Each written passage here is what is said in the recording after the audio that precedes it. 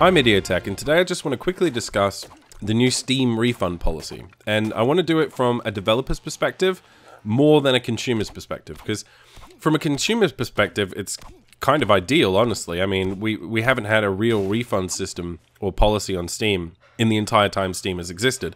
And quite frankly, in some countries that's not even legal, and in other countries it's slightly dubious and grey and muddy. So I'm glad that Steam and Valve have finally decided to actually support consumers and give them an option to refund games that don't work. However, they've gone a little further than that, and what they've allowed people to do is they've allowed people within a 2-week time frame of purchasing the game and having only played the game for 2 hours to refund for any reason whatsoever. And while in my country, for example, that's completely within the law and it adheres to the law, and that's a good thing, I just want to talk about some of the implications that actually has on smaller developers and developers in general. Now, just for the sake of disclosure here, I am a developer. I do have a game that is on Steam. It has been on Steam for some time. I do make a living from that game, and so if you think that it is going to bias me in some way, I mean, it does, obviously. I mean, it does bias me, okay? Like, straight up, it biases me. It affects my opinion on this issue. But what I thought would be interesting is for maybe you guys to hear that opinion, because it's not often that people actually get to hear the developer side of things. So from a consumer's perspective, I think it's great. I'm not entirely happy with the implementation of the system, but it's something we need, and I wish we'd had it a few weeks ago so I could have refunded project cards. Okay? So I think overall it's great, it's very needed, and it's great to see Valve finally take consumer confidence and trust and, you know, refunds and stuff seriously, because it's not only a legal issue, but people have been paying thousands upon thousands of dollars for years buying games on Steam that don't work and having no recourse, and it's just not acceptable. So I'm very happy that it's in existence from a consumer perspective.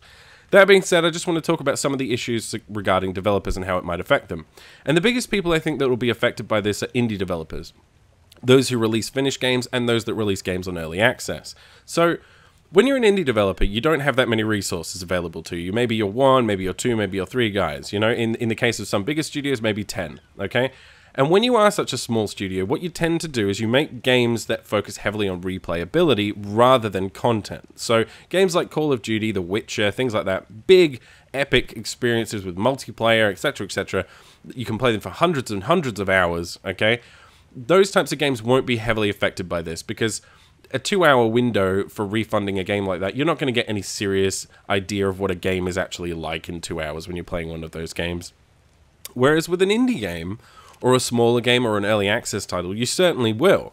Now, in the case of early access, I think it's a good thing, to be honest, that there's a refund policy in place, because most games that come out of early access are horribly broken and not what is shown necessarily in the trailers. Like this game, I'm playing Ark Survival Evolved in the background for you at 15 to 20 FPS, and the trailer for that game made it look absolutely fantastic. It does not run or look that good at all. The servers don't work. You know, I mean, for all intents and purposes, people have put money down and they've received a completely broken product in return.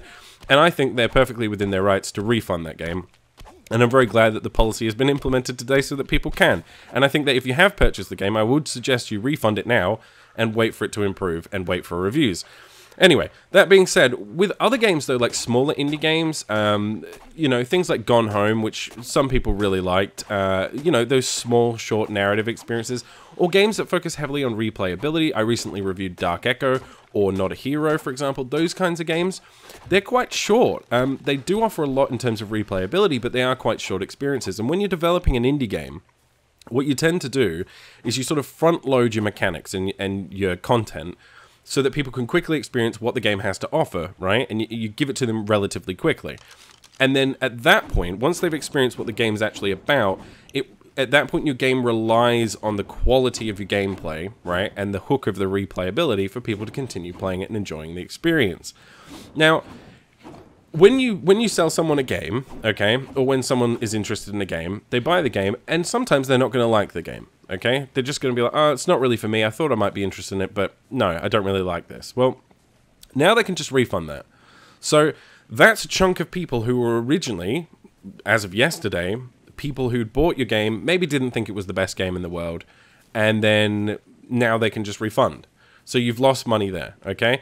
And another issue is when you have a sale, for example. and your game's on sale for maybe 75% off, and you get huge boosts during that period. Steam is a very spiky experience for a developer. A lot of the time, you're not making that much money. Then there'll be a sale or a promotion of some kind. You'll make like upwards of 10,000% increase in sales. And then you will live on those spikes, okay? You live on spikes when you're a developer. That's how it works. And so when you sell those games during a sale, for example, at a cheap price, games that were sort of appealing to people, but maybe the price was a little high, the price goes low, the game becomes more appealing, they buy it, it gets rated up on the top sellers list, for example, and then you get impulse buys, okay? And Steam is a heavily impulse-driven market. So for those of you who don't understand, basically, it favors the fittest, so to speak. So if a game's doing well, it gets promoted, and therefore it does better because it's promoted, and therefore it does better and better and better. It's an exponential growth curve, essentially. So games like Survival Evolved, for example, or Lego Worlds that came out yesterday, there are some people who were very interested in the game, they bought it, it then got ranked up, then it got more exposure, then people bought it because it was #1, right? This happens a lot, and especially during sales. Now, when you sell a game like that during that time period, a lot of people aren't going to like your experience, and so your sales are just going to immediately get cut now. Whereas previously, people had bought in at a cheaper price, for example, during a sale, and you were hoping that those people would come in now because it was cheaper, and they would come in, they'd play your game, and they'd like it, and they'd tell their friends about it, and they would go and buy it, right? But some people are not going to like it. So now, developers have lost that money as of the implementation of this refund system. Now, I'm not saying this is a bad thing, okay? I'm just saying it's a fact, okay? So now a lot of people who play games, especially small indie games where they can get a good chunk of the experience before making the decision on whether or not to refund, can refund, and that will hurt the sales of indie games specifically, but also AAA games, I imagine, as well, or, you know, medium games like Telltale's games. They're quite short, but they're obviously much higher in production values. Those kind of games are going to suffer as a result of this. Games that focus on short-form experiences or replayability are going to suffer. Sales spikes they would have survived on before are going to get cut dramatically. Okay, and as a result of this, Valve's going to lose a significant amount of money, indie developers are going to lose a significant amount of money, AAA games maybe less so, and then games that are promoted during daily deals or sales or promotions, those games will also lose money as well. Now, it's not a bad thing. If a game is broken, then you should be 100% entitled to a refund. And if you just don't like a title, I think that's a bit shit, to be honest. I don't think just because you didn't like something that you should have the right to a refund, but fine, okay? Let's just say that's okay. Now, even then, the current system isn't fair, right? Because you get 2 hours of playtime with a game. And as I've said, indie games are very short with front-load content. And AAA games are massive, okay? So I think a better way to handle this would be to have developers, when they submit their game to Steam, to give an average estimate of how long it will take for a person to complete the game, for example. So then you can create a percentage-based time. So it would say you've got 30 minutes to play this game before you lose the right to refund, because it's a small game. And if it's a massive game like The Witcher, you have 10 hours. That is a more fair system to the consumer, in my opinion, and a system that's more fair to developers, because it allows you to play games like The Witcher for much longer periods of time, which means you can get a better idea of what the game is actually like, whether or not you're going to enjoy it, whether or not it has bugs that completely break the game past the first 2 hours, right? Because those games are massive. But it also means that indie developers get to show off a decent portion of the content they've created, but without giving people essentially access to the entire experience and then giving them the option to refund. I think that's a much better option. And I also think, you know, while refunds are essential and needed, demos did used to actually solve this problem, because you could download a demo for a game, play the demo, see if the game actually ran, see how well it ran, see whether or not it was something you're interested in, and then you could go make a purchase. So essentially this system has given people a 2-hour demo for every single game on Steam, right, with the option of a refund. But if people start using it in that way, Steam is it's going to be a nightmare for them. They're going to have to like constantly refund. And if this system isn't 100% automated, whoever's in control of that is going to want to quit their job after about 2 weeks. So I do think they're going to refine this system going forward. I don't currently think that it's very fair to smaller developers. There are areas as well that I haven't covered regarding potential abuse, like review bombing and trading cards and selling trading cards and stuff like that.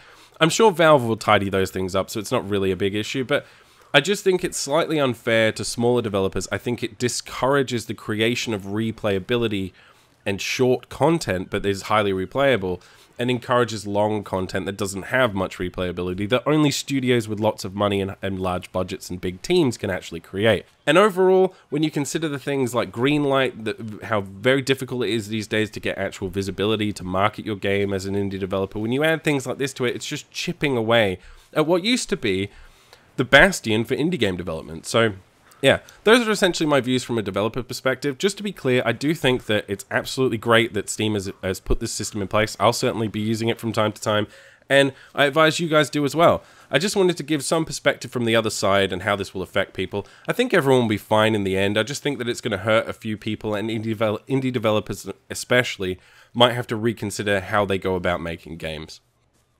So that's my thoughts and feelings on the recent Steam refund policy. If you have your own thoughts and opinions, please let me know in the comments. It'd be an interesting discussion to have. Otherwise, if you liked the video, please like, favorite, share, and subscribe, and I will see you guys next time.